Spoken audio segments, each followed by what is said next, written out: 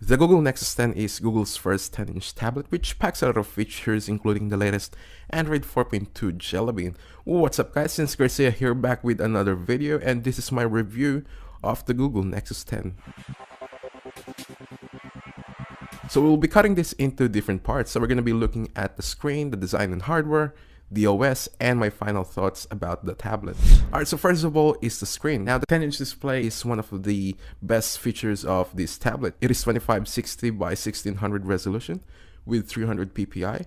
It also has a higher resolution than the iPad 4, which has 2048 by 1536 with 264 ppi. Now this makes the Nexus 10 to have the highest resolution on a tablet in the market as of now. The screen is bright, text is sharper, photos and viewing videos are more vivid. The only problem though is that there's a slight bleed on the edges, which is not a big deal because overall the screen is amazing from viewing angle to its quality. Now the design and hardware. Taking a look at the device, at the front is a 1.9 megapixel front-facing camera. You've also got your left and right speakers and an LED notification light down the bottom.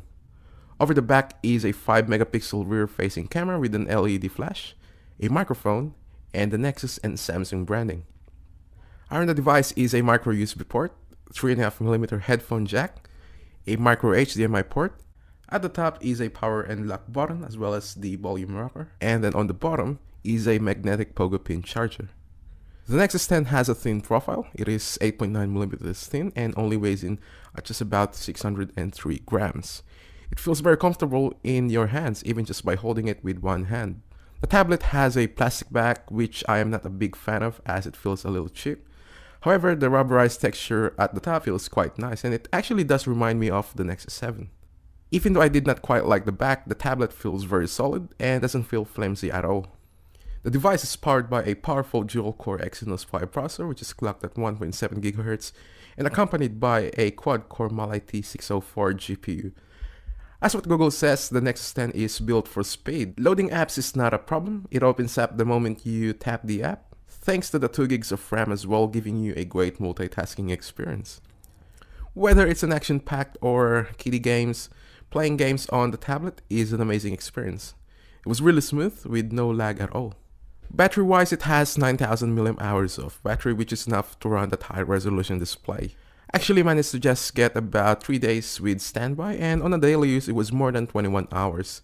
To be honest, it really depends to the person who uses the tablet. You can definitely get more than 3 days on standby. Both front and rear cameras can take some decent photos. The front can record 720p videos, and then on the back can take up to 1080p.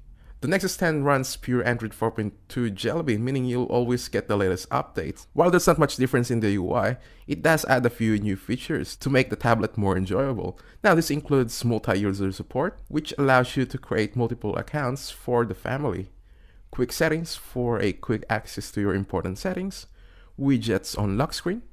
Daydream has also been added, which is a screensaver whenever the device is charging or connected to a docking station. And last but not the least is the Photosphere, which lets you take 360-degree panoramic photos.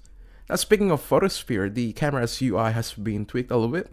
Accessing the settings is now faster just by touching the screen and sliding it to all the bunch of settings that you want to go into. The main problem about the OS though is the availability of the apps. While there are plenty of apps in the Play Store, most of the apps are still not optimized for Android tablets, which is a bit disappointing. I would love to see more apps that are optimized for Android tablets instead of stretched mobile apps. Overall, the Nexus 10 is a solid tablet. It is packed with lots of features despite the lack of optimized apps for the tablet and a plastic back. It is definitely one of the best tablets on the market right now.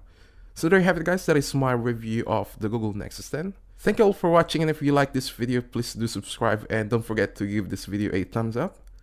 I'm Since Garcia, and I'll see you all in the next one.